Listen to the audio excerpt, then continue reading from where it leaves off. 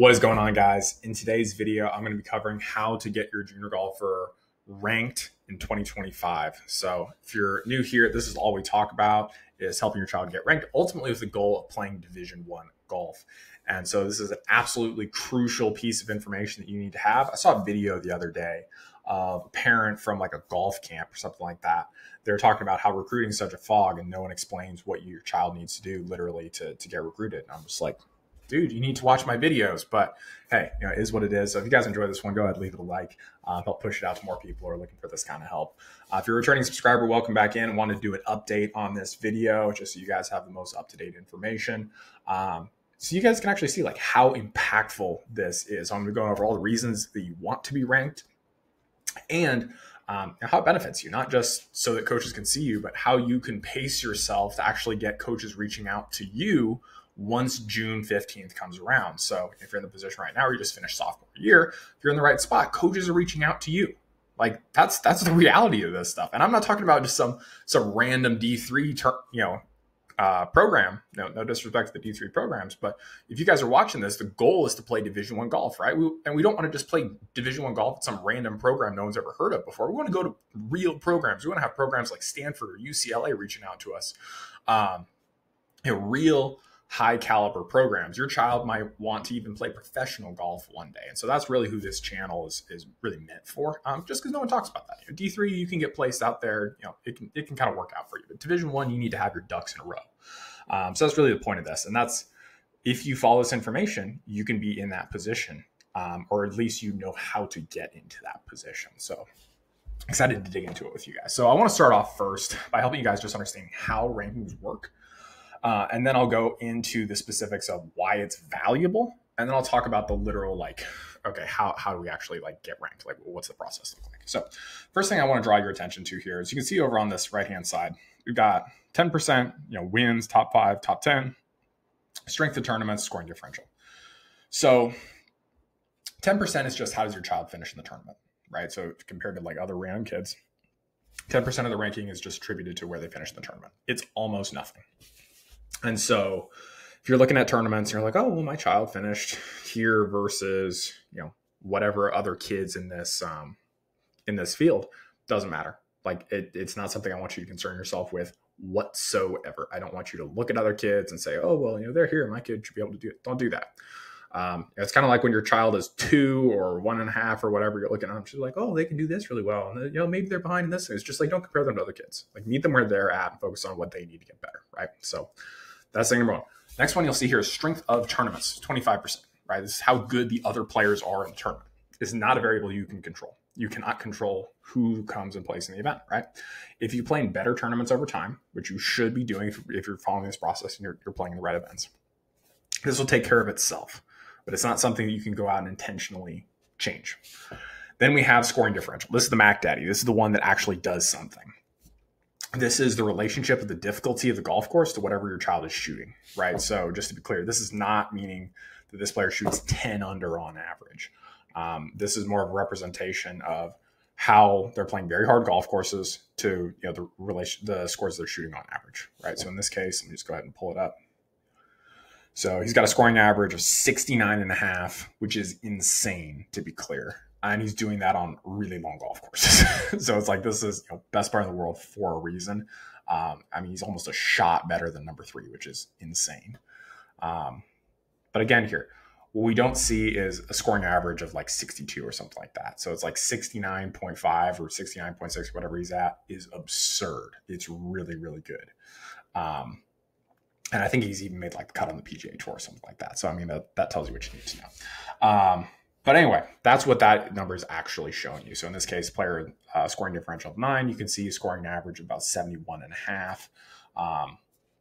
And then they've got, pretty long golf courses that they're playing as well, right? So that's what that scoring differential is. Now, why is that valuable? Well, if we go over here to class of 2025, if we go to rankings and honors, college signings, you can see all the players who were recruited back to 2017. You can see this for boys and girls. You can sort by the class rank where they're ranked in their class. And you can see their scoring differential and what program recruited them. So by having this information, you can use this to reverse engineer where you would like to be to be able to get recruited to the programs you want to go to, right? So it's not just like, oh, hey, I want to play Division I golf. It's like, all right, cool. You need to get to a scoring differential of, realistically, I'd like to see a player by this time their sophomore year, a scoring differential of like -1. They're getting recruited. If they're at -2, they're going to have some real programs reaching out to them. So I got a couple different players kind of in that range right now. And so, no joke. I mean, they've got, 5 and 13 programs reaching out to them respectively, just to my knowledge at this moment. And so it's tremendously valuable to be able to say like, okay, cool. Where do we want to go? And then the other side of this coin is, where are we at now? So like, odds are your child's not in this range, right? And so those are the two main variables. That's the first big reason why you want your child to be ranked, is that so you can understand that, right? So like, people tell me like, oh, well, Connor, I don't care about, if my kid's the best. Usually it's not parents.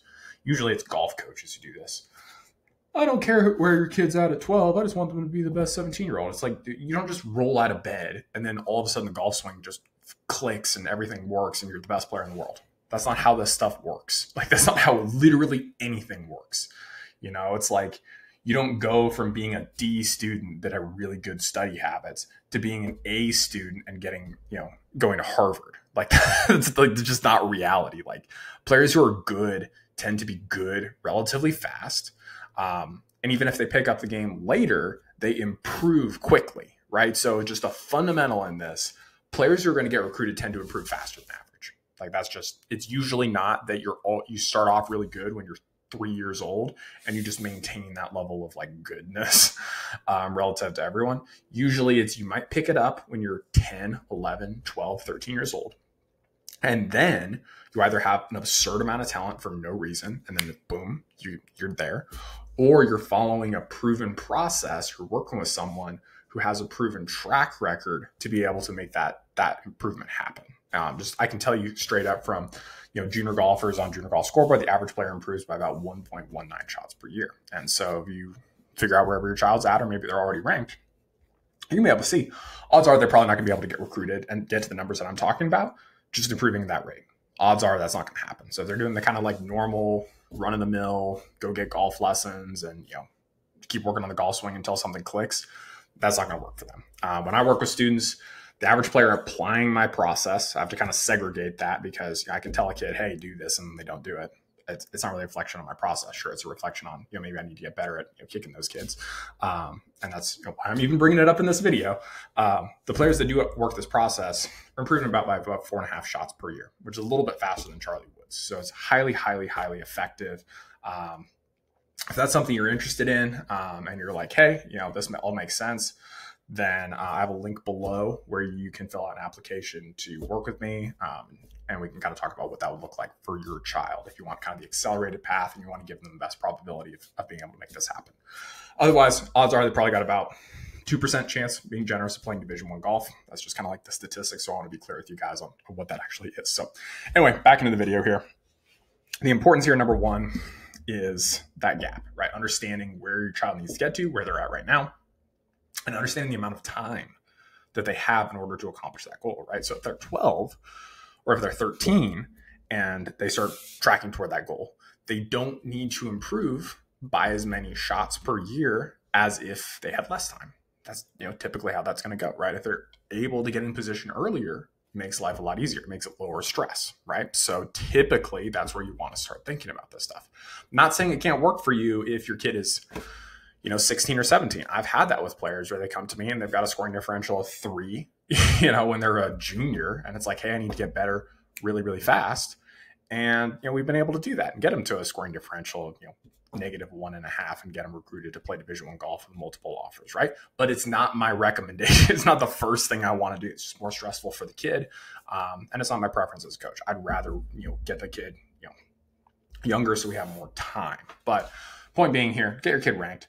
So how do we actually go ahead and do that? Well, you're going to go over here to search for tournaments, and you're going to look up your state. So obviously some states are going to be a little bit more friendly than others. You're definitely going to want to, let's see here. Does that have? Yeah. So I would really recommend that we look at whatever your state is And, let's just go ahead and do year as well. Let's go ahead and search. And so this will show you all the tournaments that are ranked in your state that you can play in, that you're going to be ranked in. So let's go ahead and, rather than doing the year thing here, let's see if it'll do anything smart. Okay, beautiful. So this is June 14th right now. It's showing us all the tournaments that are ranked at the current moment. And you can see, if you're in California, like you're spoiled for choice. That said, the next layer of this is, okay, what are the right tournaments to play in, right, for your child's skill level? But anyway, just so you guys are all clear, the way to get ranked is you need to play in 4 of these, right? So the reason I say look up your state is I don't want you guys traveling all over the country, blowtorching money because you want to get attention when you're not even ranked. That's ridiculous. Your child needs to get ranked. You need to be able to see where they're at. And then you can make an intelligent conversation about like, okay, cool, we're at here today and we want to get here. What do we need to do to bridge that? How much do we need to improve? And then you can track it. You can literally go month over month, quarter over quarter. Are we improving at the rate that we need to improve by? And again, that's something that I do with my students. That's how we have a lot of clarity on where they're at. And, they know what they need to do specifically. And I need to know what I need to do as a coach, right? I know what I need to do and whether or not I'm improving, right? And whether or not that child is improving, right? So anyway, you need playing 4 of these. So just go ahead and find them, pause this video if you have to, and just like sit down and do this. I can't stress this enough. I wish that everyone would just, sit down and be ranked. Like that would just be so fantastic, right? Because then you have clarity, right? It's like not everyone's going to play Division I golf. Like we can all accept that. There's like 600 spots in total per year. And last I checked, there's like 3.5 million junior golfers. Granted that divide that out by class, but still, it's like there's not that many spots, and there's a ton of junior golfers, and they're getting better every year.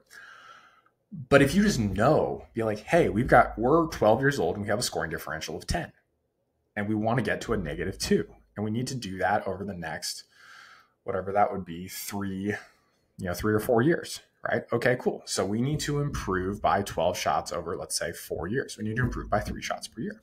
Okay, fantastic. Now we need to go ahead and get a plan. We need to figure out what are we going to do to improve by 3 shots per year on average, right? What are the specific actions that we're going to take? That's just like the beauty of being ranked. So when coaches tell me it's just like, oh, it doesn't matter, you don't have to care about being ranked, it doesn't make any sense to me, because like at minimum, it's just a measurement tool. And if you think that you can coach without any measurement, I think you're an idiot. Like I'm just like, there's no way I can get around that. It's just like, if you're not measuring stuff as a coach, if your coach is not measuring how you're improving, they're just not that sophisticated as a coach. And this is just becoming like, this is just a general trend. Like you guys all know this, like data, big data, AI, like all those things are developing fields. Every sport is using analytics, like it or not. Like that's just how this stuff works. It's not the eye test. It's not Ben Hogan hitting balls until his hands bleed anymore. It's like, it's being able to use data to be able to model out the future and say, okay, we're going to take this specific action and then see that action play itself out. Right. So that's really how this works. Now, I'm going to get into the last half of this video here to really talk to you guys about how do you figure out which tournament to play in, right? Because this is one of the questions that comes to me all the time. If your child has a scoring average of 85, then yes, they should be ranked. They definitely want to get in that position. They might be in a situation though, and I've had this with students, where, let's say we're in a place that just doesn't have a lot of, tournament opportunities. Let's say they're in like an Iowa or Oklahoma or something like that. It's not all is lost. It's just a reality of, okay, what are the tournaments that are available? What are the tournaments that are closest to you guys? And let's figure out how to get ranked. And so, that's happened for, some of those students. But we want to make sure that we just have this in perspective, right? So if it's like, hey, we need to shoot 78, let's say, to be able to be, not even, I don't want you to worry about being competitive. To just be able to play in those tournaments, we need to be able to shoot 78, and we shoot 85. Well, then we know, okay, cool, we still want to play in tournaments. Maybe we're not playing in ranked tournaments. We still want to play in tournaments. And we can get to the place where we can shoot that 78, right? Maybe we're starting off at 85. Maybe that means we've got a year or 2 before we're even going to compete in those tournaments. But we know, and we know whether we're moving toward it or if we're not. So that's super, super crucial just, for all you guys who are in that spot. So if your child's shooting like 85, if they can get ranked, fantastic. But if they don't have tournaments where they can get ranked, that's fine. but you know, hey, we need to get those scores down. And we need to do that in this period of time, right? So that's one of the reasons I advocate for stat tracking. That's not really what this video is about. But if you're not already tracking your child's stats, start doing it. There's plenty of great stat tracking tools out there. So once you've got that, once your child is in that position, so you want to get ranked, and then it becomes a question of which tournaments should we play in. So not just like ranked tournaments. Which tournament should we play in among the ranked tournaments? For that question, you want to look at how hard are the tournaments. In general, you want to play the harder tournaments. So how do I define harder? Well, harder means longer typically, right? So if we're trying to make a golf course hard in general, we want longer. So we have longer approach shots, deeper rough, more trees, hard greens, fast greens. Like that's how you make a golf course hard. For the most part, most of those things are not going to be able to be, done. Like they're not just going to get the rough super thick for literally any tournament. But that's just not going to happen. So it's like for the most part, they're just going to make the golf courses longer. And when you go on the PGA Tour, they're kind of already capped out at about 7,500 yards. So instead of making the golf course necessarily longer, although they do try to do that, they're just going to make the greens super faster and make the rough thick. That's how they're going to do it. So anyway, you want to play those longer golf courses. You can quickly look at this and say, okay, cool. I've got 2 tournaments as an option. Let's assume that you can comfortably play both of these tournament lengths. You got a 6,400 yard and a 6,800 yard golf course. And so one's got a course rating of 73 and the other has a course rating of 71.5. Play the 6,800 yard. Like it's that simple. Assuming that they're both, within a reasonable distance and makes sense for where you guys are at, play the harder one. Like that's how to approach this. So that's within all the ranked tournaments. If you're in California, you might be able to get away with never playing AJGA. Like a lot of times I talk about AJGA, and by all means, like AJGA is great. But AJGA is honestly better for those kind of like places like Iowa where you just don't have as many opportunities to play ranked events. So if you're in a place like California, you might be able to get around with just like Toyota Cup, and that might be good enough. But on the flip side, I just want to make sure you're playing in the best events possible. Now, I will say just like one little caveat before you close up this video with the AJGA. I do not recommend playing an AJGA until you have a scoring average around 77. If you do not have the scoring average around 77, better to get that scoring average there and then playing the AJGA events, because otherwise you won't be able to qualify through them. And the more times you try, the kind of like more they bias against giving you more opportunities. And so better to just be in that spot where you can reasonably qualify than just try and like, shoot your shot and you'll be shooting 82 and go out there and shoot 89 and feel all embarrassed. And it's just like, you want to make sure that the tournaments are lined up to where your child is at. So that's what I'll leave you guys. Once again, if you guys want help with this, if you want me to build out your entire tournament schedule, if you want me to help you understand exactly where your child's at, how much they need to improve by, and specifically what they need to do to get there, not just kind of like vague stuff, like literally I will build their practice plan and tell them exactly what to do, exactly what drills to do, exactly how many balls to hit, how hard it needs to be, everything, like micromanagement of them so that they can actually accomplish their goals, regardless of whether they're an elite player trying to get recruited to one of the best programs in the country, or they're just getting started.